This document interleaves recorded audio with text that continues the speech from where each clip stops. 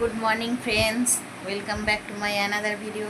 আমি সঙ্গীতা, সবাইকে সকালে শুভেচ্ছা জানিয়ে আজকের ব্লগটি শুরু করছি।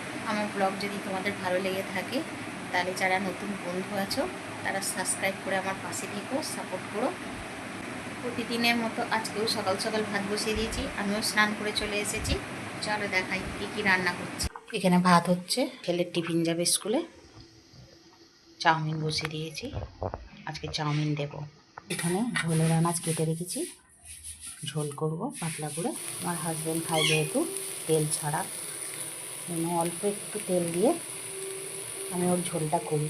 একটু সয়াবিন দিয়েছি আর ওই কাঁচা লঙ্কা চেরা দিলাম, গুঁড়ো লঙ্কাও খায় না।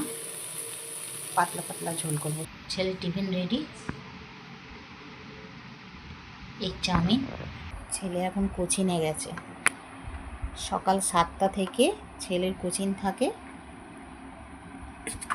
আসলে তাকে খাইয়ে দিতে হবে, সব রেডি রেখেছি। সব দিন চাউমিন দিই না, কখনো রুটি দিই, রুটি তরকারি দিয়ে দিই, কখনো পরোটা, এরকম করেই দিই।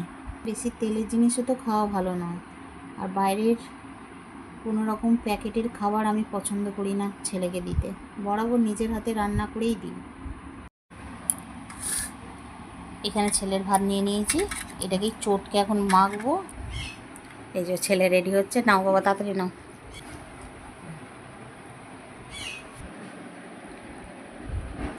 তাহলে ওকে রেডি করে দিই বন্ধুরা, আমি পরে আসছি, কেন এটা একদম সময় সাপেক্ষ। ওকে তাড়াতাড়ি করে রেডি না করে দিলে স্কুলে দেরি হয়ে যাবে। ছেলে তো স্কুল চলে গেছে, এবার দুপুরের খাওয়া আমাকে একাকেই খেতে হবে। বসে পড়েছি ভাত নিয়ে, ভাত আর একটা মাছ। এই মাছটাকে ফ্যাসা মাছ বলে, এই ফ্যাসা মাছের ভাজা করেছি।